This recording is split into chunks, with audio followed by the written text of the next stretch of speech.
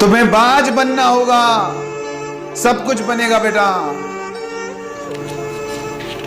सुना नहीं है? अभी तो इस बात की असली उड़ान बाकी है, अभी तो इस परिंदे का असली इम्तिहान बाकी है, अभी अभी तो लांगा है समंदर, अभी तो पूरा आसमान छूना बाकी है। चलिए देखिए, आते हैं ट्रिक नंबर 3 पर। ट्रिक नंबर 3, जैसा कि हमने 3 पार्ट अभी तक आपको बता चुके हैं और ये आज हमारा पार्ट नंबर 4 है। और इसके बाद एक और पार्ट बनाएंगे जिसमें आपको कुछ ऐसे क्वेश्चन भी बताएंगे जो हमारी 3 ट्रिकों से नहीं सॉल्व होते हैं, लेकिन वो बहुत ही आसान क्वेश्चन होते हैं। आइए देखेंगे नेक्स्ट ट्रिक नंबर 4। ठीक है, तो चलिए आइए देखिए क्या होता है इसमें। जैसे मान लीजिए कोई h हाइट है, बिल्डिंग कह दो या कोई व्यक्ति भी कह सकते हो, कोई आदमी की हाइट कह सकते हो, कुछ भी कह सकते हो। मान लीजिए हमने 2 बिल्डिंग कह दिया, एक ये छोटा टावर है और एक ये बड़ा टावर है। ठीक है, इसकी जो हाइट है, लेट सपोज इसकी हाइट स्मॉल h है और ये बड़ी बिल्डिंग है तो इसकी हाइट मान लीजिए कैपिटल H है। ठीक, इस पॉइंट A से C का उन्नयन कोण यानी एंगल ऑफ एलिवेशन, तो ये दिया हुआ है अल्फा, और इसके फुट से यानी इस टावर के फुट से, पाद से उसी चोटी का उन्नयन कोण दिया हुआ है बीटा। और आप जानते हो जो इस पॉइंट से एंगल ऑफ एलिवेशन C का होगा वही C पॉइंट से एंगल ऑफ डिप्रेशन A का होगा।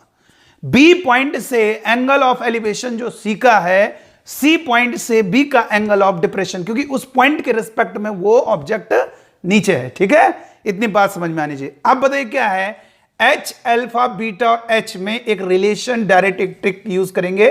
H is equal to H cot alpha, H cot alpha छोटा जो एंगल है उसका कॉट, और नीचे कॉट छोटे एंगल का कॉट माइनस बड़े एंगल का कॉट। यही हमारे लिए ट्रिक है। इसी ट्रिक के माध्यम से हम तमाम सारे क्वेश्चन को सॉल्व करेंगे। 2 टावर कह सकते हो, 2 बिल्डिंग कह सकते हो, एक बिल्डिंग और एक मैन भी कह सकते हो। H हाइट का कोई मैन है, जिस तरीके से आप सवाल को बनाना चाहो बना सकते हो। तो आइए इस पर क्वेश्चन लेते हैं। पहले कंसेप्ट क्लियर हो गया ना, 2 टावर हैं या 2 बिल्डिंग है, एक की हाइट स्मॉल h है, दूसरे की हाइट कैपिटल H है। इसके जो स्मॉल हाइट का टावर है उसके टॉप से और बॉटम से उसका उन्नयन कोण दिया हुआ है टॉप के, या कह सकते हो जो टॉप बड़ी बिल्डिंग है उसके टॉप से इन दोनों के जो टॉप और बॉटम के अवनमन कोण। ठीक है, आइए क्वेश्चन से देखिए। क्वेश्चन आपकी स्क्रीन पर है और जरा क्वेश्चन को देखेंगे क्या कह रहा है। The angles of depression of the top and the bottom of an 8 metre tall, English में क्वेश्चन है, हिंदी में समझा देंगे। और building from the top of a multi storeyed building are 30 degree and 45 degree respectively. देखो ये क्या कहना चाह रहा है, 2 इमारत हैं, एक टाल और एक मल्टी स्टोरेड का मतलब हुआ कि बड़ी बहुमंजिली इमारत, जो उसको नाम दिया जाता है, हिंदी में कहा जाता है। ये 2 बिल्डिंग है, एक छोटा है स्मॉल हाइट की है, 8 मीटर इसकी हाइट है, और एक बड़ी बिल्डिंग है, इसकी हाइट तो नहीं दी गई है, इसकी हाइट पूछी जा रही है, इसकी कैपिटल H कह लेते हैं, इसको स्मॉल h नाम देते हैं। क्वेश्चन में कह रहा है कि इसके टॉप से, ये जो मल्टी स्टोरेड बिल्डिंग है यानी बहुमंजिल वाली इमारत है, इसके टॉप से इन दोनों के, इसको नाम दे देते हैं A, इसको B और इसको C और इसको D। इसके टॉप से इन दोनों के जो अवनमन कोण हैं, एंगल ऑफ डिप्रेशन, वो 30 डिग्री और 45 डिग्री है। टॉप वाले का एंगल 30 डिग्री, टॉप का एंगल हमेशा कम रहेगा। ठीक है, ये एंगल ऑफ हॉरिजॉन्टल लाइन बनाई, इस जिसका बोल रहा है उसको मिला दिया 30 डिग्री, और इस बॉटम का एंगल ऑफ डिप्रेशन ये 45 डिग्री। आपको बताया था हमेशा क्या होगा, इधर से इधर आ जाएंगे, ये भी 30 डिग्री होगा, आपको मालूम है कैसे, अल्टरनेट एंगल। ये हो गया, ये भी आपका 45 डिग्री होगा।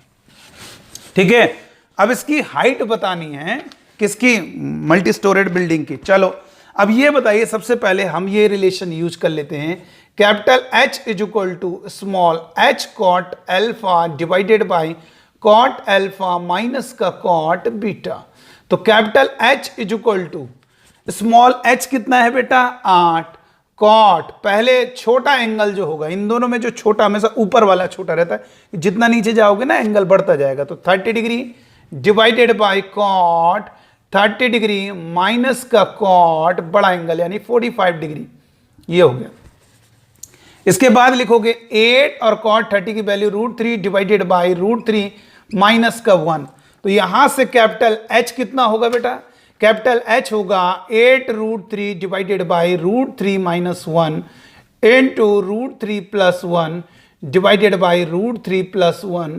और यहां से लिख सकते हो 8√3 इनटू √3 प्लस 1 डिवाइडेड बाई, और ये कितना होगा √3 का स्क्वायर माइनस का 1 का स्क्वायर, ए स्क्वायर माइनस बी स्क्वायर, 3 में 1 गया 2 यानी 4, यानी इसका जो आंसर होगा 4√3 इंटू √3 प्लस 1। क्या पूछ रहा था? हाइट पूछ रहा था बहुमंजिल इमारत की। देखो कितना इजी है, कितना कुछ नहीं 10 लगाना है, जो हाई स्कूल का कॉन्सेप्ट है वो नहीं लगाना, आपको डायरेक्ट ये ट्रिक लगानी है। इस तरीके से हमारे क्वेश्चन सॉल्व हो जा रहा है। चलिए क्या पूछा था? Find the height. हाइट पूछी जा रही किसकी? बड़े वाले बिल्डिंग की। और आपसे और भी कुछ पूछा जा रहा है, distance between the two building. इसमें देखो डिस्टेंस नहीं आ सकता। अरे यार ये बहुत इजी है बेटा, ये याद रखना है, ये तो बहुत ही आसान है।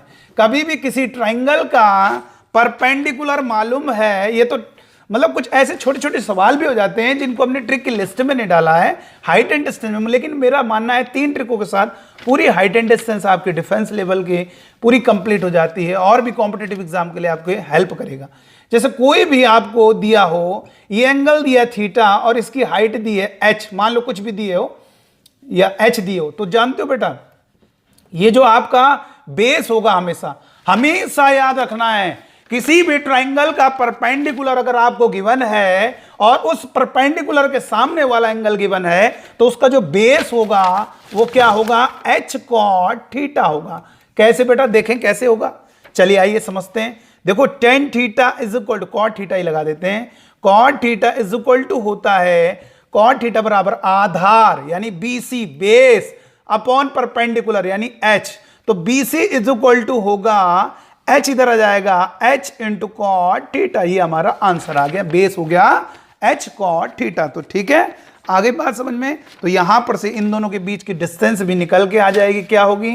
ये देखो h मालूम चल गया है, ये तो हमें पता चल गया है h। देखो यहां पे से मिटा दिया हमने। h हमारा अभी क्या आया था? 4√3 इंटू cot 45 डिग्री। तो ये बताइए, सॉरी √3 प्लस 1 ये आया गया था। तो ये बताइए हमारा बेस क्या होगा? h cot 45, यानी h तो उतना ही है, h तो उतना ही है 4√3 cot 45 और cot 45 डिग्री 1 हो गया। तो इतना आंसर हमारा आ गया, 1 हो गया। ठीक है, तो इतनी बात बेटा समझ में आ गई। इस तरीके से हम क्वेश्चन को सॉल्व करते हैं। ये हमारी ट्रिक नंबर 3 पूरी कंप्लीट हो गई है और अब हम पार्ट नंबर 5 वाला वीडियो कल अपलोड करेंगे। और आप पहले मुझे ये बताइए, ज़रूर कमेंट करके मुझे बताइएगा ये आपको ट्रिग्नोमेट्री की सीरीज़ हमारी कैसी लगी।